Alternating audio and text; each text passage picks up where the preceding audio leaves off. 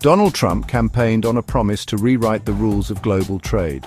His supporters cheered as he vowed to protect American jobs and industries from what he saw as unfair foreign competition. Tariffs, he argued, were the tools to achieve this. In 2018, he began imposing them, first on solar panels and washing machines, then on steel and aluminium from allies and rivals alike. The tariffs were met with a mix of apprehension and applause. Republicans, traditionally advocates of free trade, found themselves grappling with the new reality. Many embraced Trump's protectionist stance, seeing it as a necessary corrective to decades of job losses and factory closures. They argued that tariffs would level the playing field and bring back manufacturing to American shores. The initial economic impact was mixed. Some industries, like steel, saw a resurgence as domestic production ramped up. But the benefits were often offset by higher prices for consumers and businesses. Farmers, hit hard by retaliatory tariffs from China, faced shrinking markets and falling incomes. The tariffs, Trump insisted, were a negotiating tactic, a way to extract concessions from trading partners. He entered into negotiations with China, Canada, Mexico, and the European Union, seeking to renegotiate trade deals in America's favor. The talks were often contentious, marked by threats and brinkmanship. As months turned into years, the initial enthusiasm for Trump's tariffs began to wane. The promised flood of manufacturing jobs did not materialize. The trade war with China dragged on with no end in sight.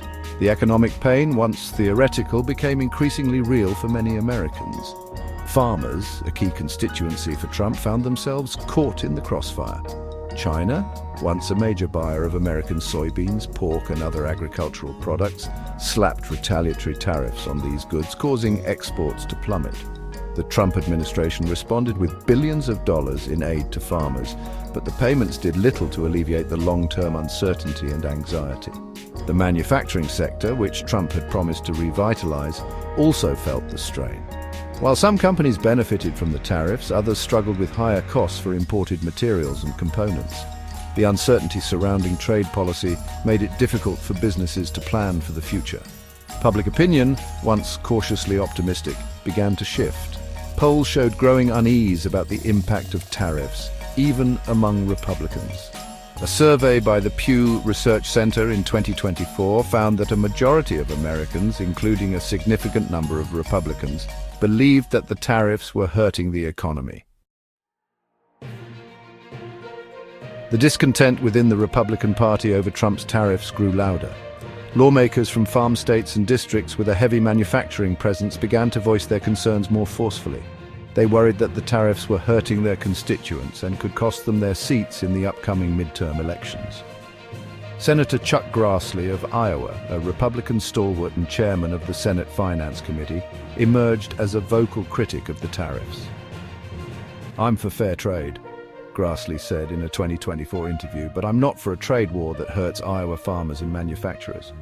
Other Republicans echoed Grassley's concerns. Senator Pat Toomey of Pennsylvania, a free trade advocate, argued that the tariffs were a tax on American consumers and businesses. Representative Kevin Brady of Texas, the ranking Republican on the House Ways and Means Committee, warned that the tariffs were creating uncertainty and volatility in the economy. The growing Republican unease over tariffs was not limited to Capitol Hill. Conservative economists and commentators, once largely supportive of Trump's trade policies, began to express doubts. They argued that the tariffs were ineffective, counterproductive, and harmful to the economy. Section 4. The price of protectionism. The economic implications of Trump's tariffs were complex and far-reaching. The tariffs, essentially taxes on imported goods, raised prices for consumers on a wide range of products, from washing machines and solar panels to cars and food. Businesses, too, faced higher costs for raw materials, components, and finished goods. The tariffs also disrupted global supply chains, forcing companies to scramble for alternative suppliers or absorb the higher costs. The uncertainty surrounding trade policy made it difficult for businesses to make long-term investment decisions, potentially hindering economic growth. While the tariffs did provide a temporary boost to some domestic industries, these gains were often offset by job losses in other sectors. For example, while steel tariffs may have saved some jobs in the steel industry, they led to higher prices for steel-using industries like manufacturing and construction, which in turn led to job losses in those sectors. The tariffs also had unintended consequences. For example, the tariffs on Chinese solar panels led to higher prices for solar energy, making it less competitive with fossil fuels and potentially slowing the transition to renewable energy. Section 5. Midterm storm clouds. As the 2026 midterm elections approached, the political ramifications of Trump's tariffs loomed large. Republicans, facing a potential backlash from voters concerned about the economy, worried that the tariffs could cost them control of the House of Representatives. Democrats, sensing an opportunity, seized on the issue. They argued that Trump's tariffs were hurting American workers, farmers, and businesses.